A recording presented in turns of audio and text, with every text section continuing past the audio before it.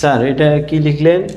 Sir প্রথমত এটা হচ্ছে আমাদের দেশে শিক্ষা বোর্ড কয়টা বলেন তো দেখি একটু কষ্ট করে। দেশের শিক্ষা বোর্ড 8টা নাকি? আমি আপনাকে বলছি, আমাদের দেশে মোট শিক্ষা বোর্ড হচ্ছে 9টি। তা শেখার একটা দুর্দান্ত টেকনিক হচ্ছে এটা।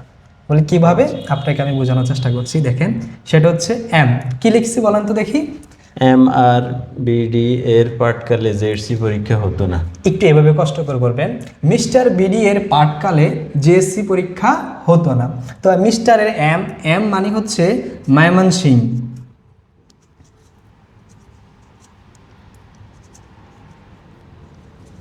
তো আমাদের নতুন একটা বোর্ড, সেটার নাম কি? ময়মনসিংহ বোর্ড। তারপর হচ্ছে গিয়ে আর মানে হচ্ছে রাজশাহী বোর্ড।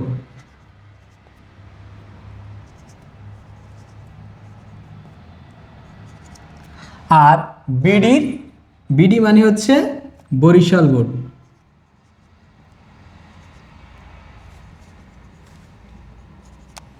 ডি মানে হচ্ছে ঢাকা বোর্ড।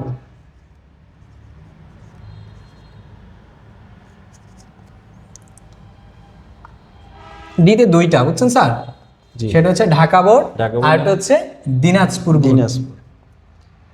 তাহলে নতুন বোর্ডটা কোনটা? সেটা হচ্ছে ময়মনসিংহ বোর্ড।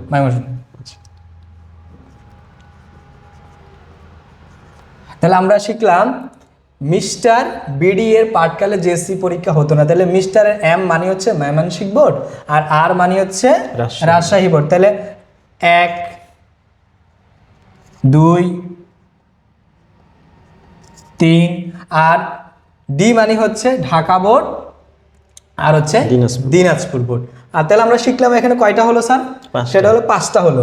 তাহলে মিস্টার বিডি এর পাঠকালে জেএসসি পরীক্ষা হতো না, সেটার এম মানে হচ্ছে ময়মনসিংহ বোর্ড, আর মানে হচ্ছে রাজশাহী বোর্ড, বি মানে হচ্ছে বরিশাল বোর্ড, আর ডি মানে ডিতে 2টা হয়, সেটা হচ্ছে ঢাকা বোর্ড আর দিনাজপুর বোর্ড। আর স্যার জেতে আমরা সবাই জানি কি বোর্ড? যশোর বোর্ড।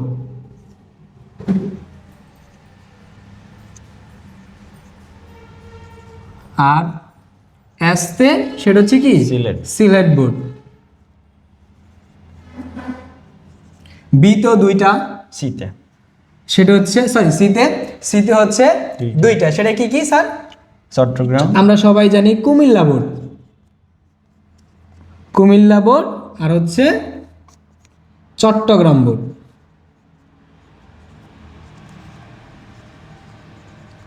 তাহলে আজকের পর থেকে আমরা কি বলবো মোট বোর্ড কয়টি বলেন তো স্যার? এখন 9টি। সেটা কি কি স্যার? আমাদের এখানে একটা হচ্ছে নতুন বোর্ড, সেটা হচ্ছে Mymensingh board.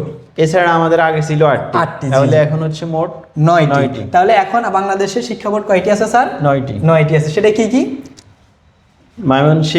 Mymensingh board, Rajshahi board, Barisal board, Dhaka board, Dinajpur board, Jessore board, Sylhet board, Comilla board এবং চট্টগ্রাম। তাহলে মোট হলো কয়টি? 9টি। আর সেটা শিখে রাখার, মনে রাখার টেকনিকটা কি লিখেছি স্যারে?